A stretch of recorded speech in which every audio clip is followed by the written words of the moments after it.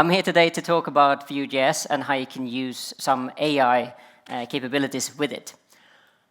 How many are using some kind of AI services currently? Any hands on knowing a fair bit of machine learning?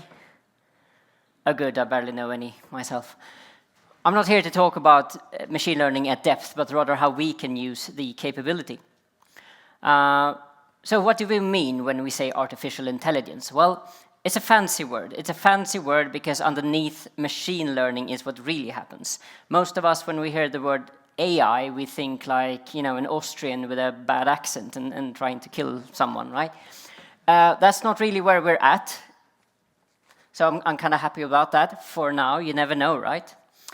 One of these days they're going to crack the code and yeah. So next slide. So what capabilities can we actually give our app? Because that's why we're here as developers. We need to understand when does it make sense to add some capabilities to our Vue.js application. Well, you got conversational interfaces, which means that today we probably have some kind of form with an input. We hit the send button. We're able to chat to other people out there. But imagine for a second that you can record your voice, you can send that through, it can transcribe that into text, and on the way maybe translate it from English to Hungarian. So suddenly you can talk to all the people and you might actually be hands-free. Because you might be in an environment where you don't actually have a keyboard, or for various reasons you can't actually input text. So AI is really liberating and it adds accessibility to your application. We can also do captions for photos and even descriptions. We have a lot of AI services out there that has a look at a photo and can say, this looks like a shoe to me, and it looks like a brown shoe on a table, for example. So today this is a very manual process, and the point with using AI is to do this for us, or at least the initial evaluation of the photo. You probably have used Google Images currently. When you say, I want to look for a picture of a pug or a muffin, you're able to do so in Google and you get a bunch of images. That's AI working for you. You could also be translating text into different languages. I think currently Azure supports 60+ languages, so that's quite a lot. We might also have logs. And as we all know, logs from example IoT, that might be a lot of it, right? It's not for us to say. There's so much logs in there that we can't really say what's a spike, what's a normal behavior.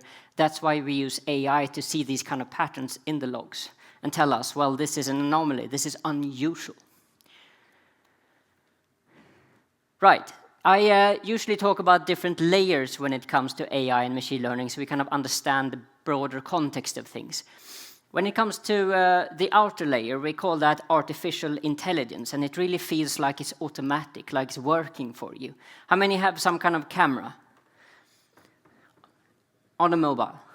Probably most of us, right? Should have said that. Camera, what is that? Yeah. Anyway, how many have seen the square that happens around a face when you try to point it somewhere? Yeah, that's AI working for you. It's so good, we don't even think about it. We just assume that all cameras have that, and they just know magically.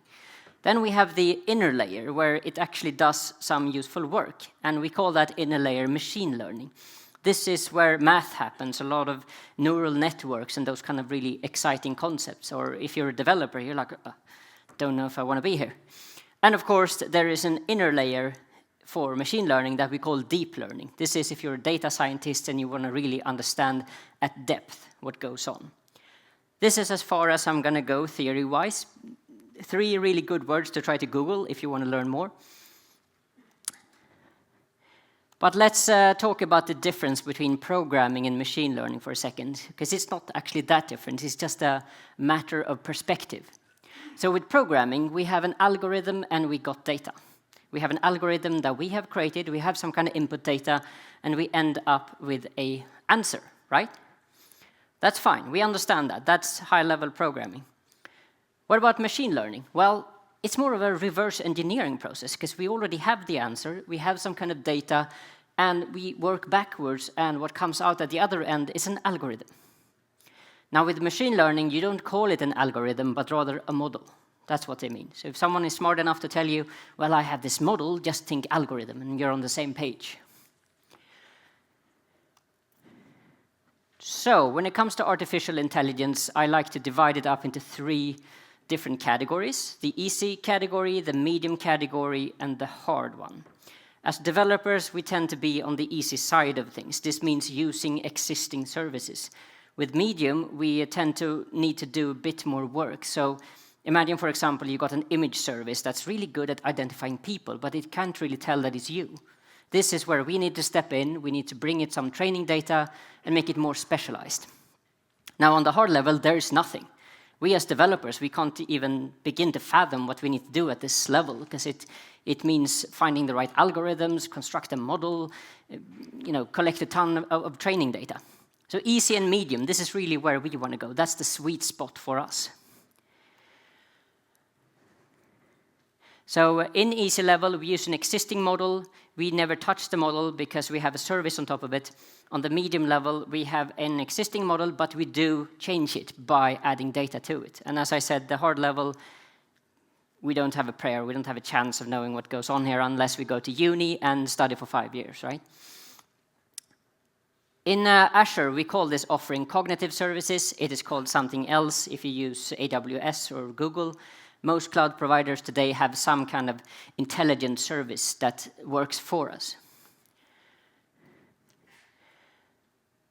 And as I said, we want to be on the easy and medium spectrum. That's where it makes sense for us as developers.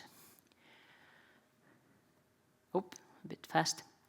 Right, so this is our complete offering. I'm not sure whether this is large enough for you to see it, but it's 5 main categories within vision, speech, language, knowledge, and search, and so on. There are a lot of services that you could be using for your application. We will drill down to certain, in our first demo, we will look at text analytics, because that's kind of easy for people to understand, or at least for me, right? So here you got things like being able to say, well, what's the key phrase? If I look at a bunch of text, can I actually make out the key words that makes out this text? Or maybe there's some kind of sentiment analysis I could be doing. So sentiment means that we are able to tell whether a text is positive or negative. So imagine for a second here an e-commerce site. Someone writes a comment in a language that you don't understand. Many of you might know English or Spanish or something else, but imagine it's Japanese. How many speak Japanese?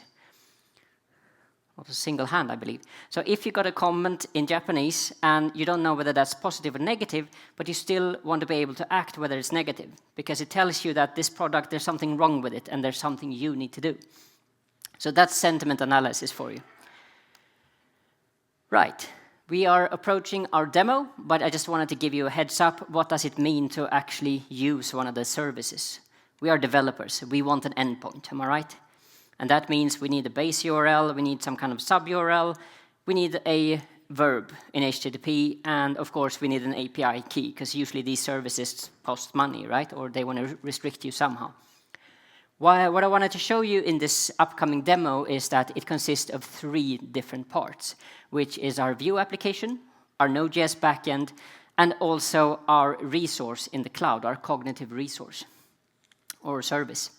Here at the bottom right, you can see that depending on what we are trying to do, we can either go and find out the keywords or the sentiment or try to detect what language we have. You're with me so far, right? Great. Okay, so here we have our demo. First off, we are going to be in the portal for Azure. We are going to let this play. There we go. Did I actually press it? No, I didn't. How about now? Right. Okay, so we go in here and we search for a text analytics resource. What we're going to do is to simply give it a name. So here we are presented with a form of a few things that we need to fill in. The name needs to be global, unique, and a subscription. We also need to specify a location, and the location is the one that's closest to you, because that's going to give you really good response times. Once we've selected a location, we need to select the pricing tier, because if you're a company, you might have very seldom usage, or you might be a heavy user. So make sure you select the right tier. Then we have a concept in Azure called a resource group, which is more like a logical grouping. Everything that goes together should be inside of this almost directory. I think that's a good comparison. So once we've managed to actually input this, we can create a resource. And of course, this takes a couple of minutes, but because this is live, I made sure that this is fairly quick. So now we have a resource, that's good. We have done the bottom part of our application. And now we can actually go into, we can have a look at the two pieces of important information that we need. One of them is the endpoint, and the other one is the API key. Those are the two elements that we need to tell our application that's going to talk to this service. Now we're inside the VS Code. Inside the VS Code, we have, first off, we've got an environment file. I'm not showing you the actual one, because that means you'd see the key. Well, you've already seen it, but I've taken down the resource, so be my guest to try. So here we're looking at an Express application for Node.js. We have 3 different endpoints, language, sentiment, and key. So we're simply just going to proxy all the calls that comes from Vue.js and proxy those into the cognitive service on Azure. Here we are looking at one of the handlers.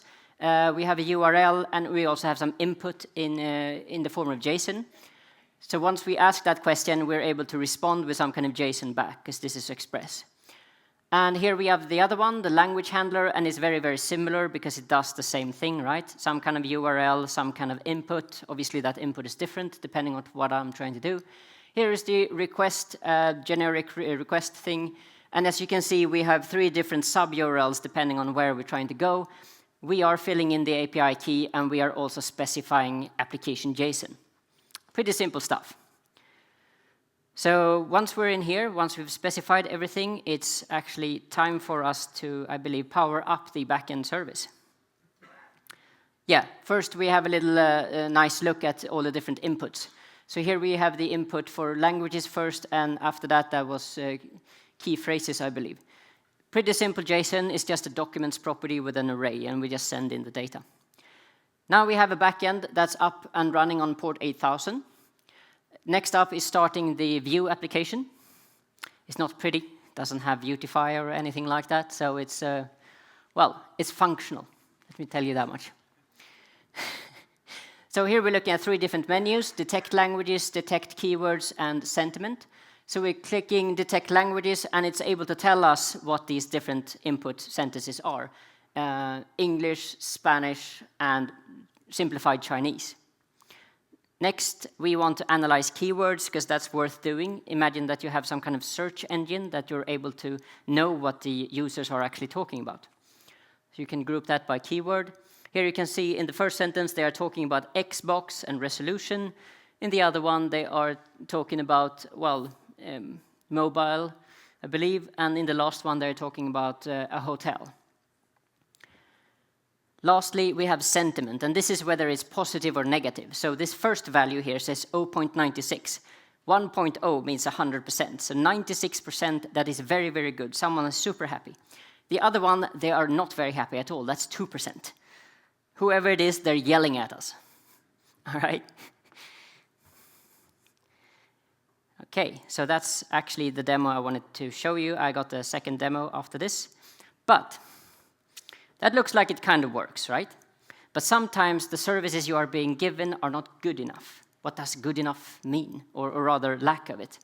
Well, let's have a look at this one. It's a hammer, right? It's a hammer on your left, but if we look more in detail, we can see that it says a pair of black headphones. I'm pretty sure that's incorrect. Anyone agrees? Yeah. So now we have a problem, right? We have a problem that we need to solve. And how do we solve it? We solve it by going to this slide where we say, well, we have an existing model and we need to train it further. Train it further means adding more input data. So we need to specialize it. Obviously, it's able to recognize something, but God knows what. Having a look at our cognitive services again, we can identify the ones that we can actually specialize, and all of them are called customize something. So if we look at this big plethora of offerings, everything that's called customize means that we can go in, take that existing model, give it training data, make it better. All right? So how do we do it? Well, we're going to select the one called custom vision.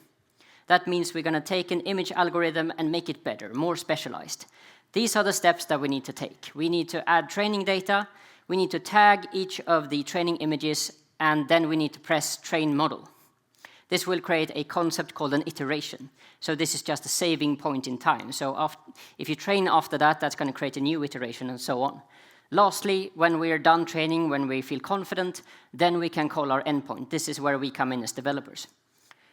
Let me show you how you do that UI-wise. Now it becomes fun, right? This is the demo I like. The first one is functional. That's the one that you tell your boss about. I was at a conference and I learned all about text analytics. Now let's have some fun. Let's try to find out who's the real Harry Potter. Anyone have seen Harry Potter movies? Oh, good. I'm not missing out on the context. Anyone know who Harry Styles is? You all know that's not the same person, right? And the last one here is me. Because the reason I'm in here is that someone told me at some point I look like Harry Potter. So I'm trying to debunk this. I'm trying to actually talk to sense to our machine learning algorithm and say, that's not me. What do you think? Is it going to tell me I'm Harry Potter? Yes. Ooh. Let's see if you're correct. All right. So we start off by running this demo. So now we're at Custom Vision AI. You just need a free Azure account to do this. You go to Azure Custom Vision AI, you log in, and now you select a very generic model that makes sense for you. We got general, we got food, we got landmarks, and a few other categories. We don't have people here, so we just need to go with a general label for now. So this means we have a pre-existing model. So once we're inside of this project that we just created, our next step is to create tags. Now, tags will differ me from Harry Styles and Harry Potter, right? We give this a few more seconds, it will actually come to... Yeah, so before we can add images, we need to go to the tag section. So now I add myself, I believe. That's the first one. So Chris Noring, I'm a tag now. Right, I just input that, and I believe we need 2 more tags, right? 1 for each person. Right, so Harry Styles is our second tag, and then we have Harry Potter. So once we've added Harry Potter, then we are ready to add images. I should tell you this, we need at least 5 images. That's how the things work, right? You need at least 5 images to make sense of all this data. So I'm starting by adding myself, 5 images of me, and then I'm tagging myself, because I know I'm correct, right? This is a part of the process. So next up, I need to add 5 more images. So we do so. Let's bring that up again. This time around, we're going to select Harry Styles. Regrettably, I didn't sort them correctly, so I'm going to kind of need to do this twice, because I'm only getting 4 images now. Right, so now we got 4 images of Harry Styles, and we tagged them correctly. Okay, done. 1 more Harry Styles, right? Because there was only 4. And tag him correctly, like so.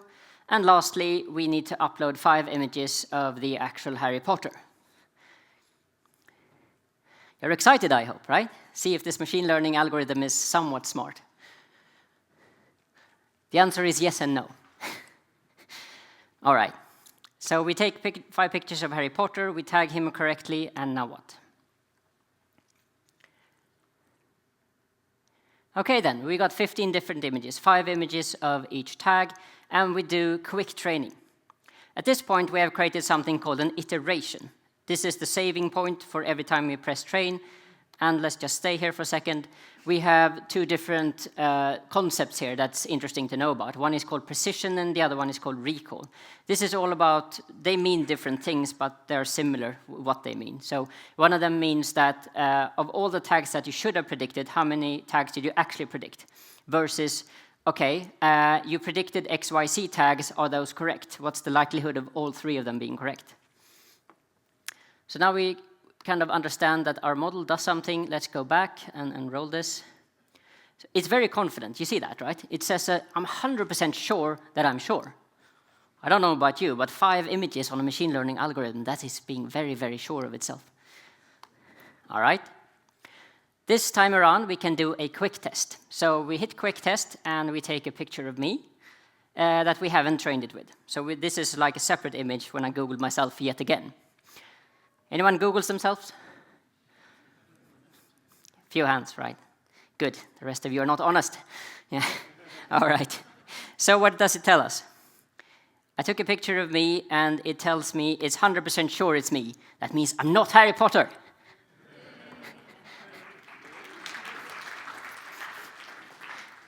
I'm not done. I'm not done. The next test, I like to call the Superman test. See what I did here. One more time, I believe. All right. Right. So this time around, I'll take a picture of Harry Potter. And the reason I'm calling this the Superman test is because I'm taking Harry Potter picture without glasses. Have anyone actually seen Harry Potter without glasses in the actual movies? Probably in reality, but never in the movies. I call it Superman because we all know that, Clark Kent is Superman with glasses, right? And you kind of wonder in the movie Superman, how is it that every one of his colleagues can't really see the resemblance until he actually is like, yeah, it's actually me, right?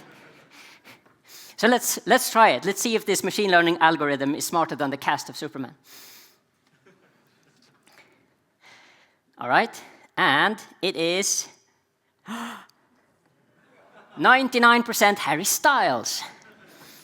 I believe our algorithm has a few more work to do, right? A few more training images before we can actually trust it. I mean, I was almost sure when it said it was 100% me, so now I don't even know if I'm Harry Potter anymore, right? What's up and what's down? So now we are honing in on the end of this presentation, and yeah, it's not a great contrast. I should have gone with the light theme. The further reading here is that we have some Node.js samples where you can try out things like text analytics, image analysis, and so on. The second link here from the top is a free page. You don't need any Azure account for this at all. You just take an image from your local computer and see what kind of JSON that it spits out. The third image is a repo on GitHub, where that shows everything I was doing today. So Node.js application, Vue application, everything. The next to last link is a application where you're able to take an image. And that you can use that on a mobile app, for example. And you can just take an image and you get some kind of response back, I think, if something is a hamburger or a pizza. And lastly, we have a link that says Custom Vision AI. This is where you can go if you've got a free Azure account, and you can just try to do this project by yourself and discover whether you are Harry Potter. So, in summary, machine learning is about algorithms. It's like concepts such as neural network, and yes, you can train them by inputting more data. Now, we as developers, cognitive service, that's really made for us. That's service, that's endpoints that we can call. That's the level we care about usually.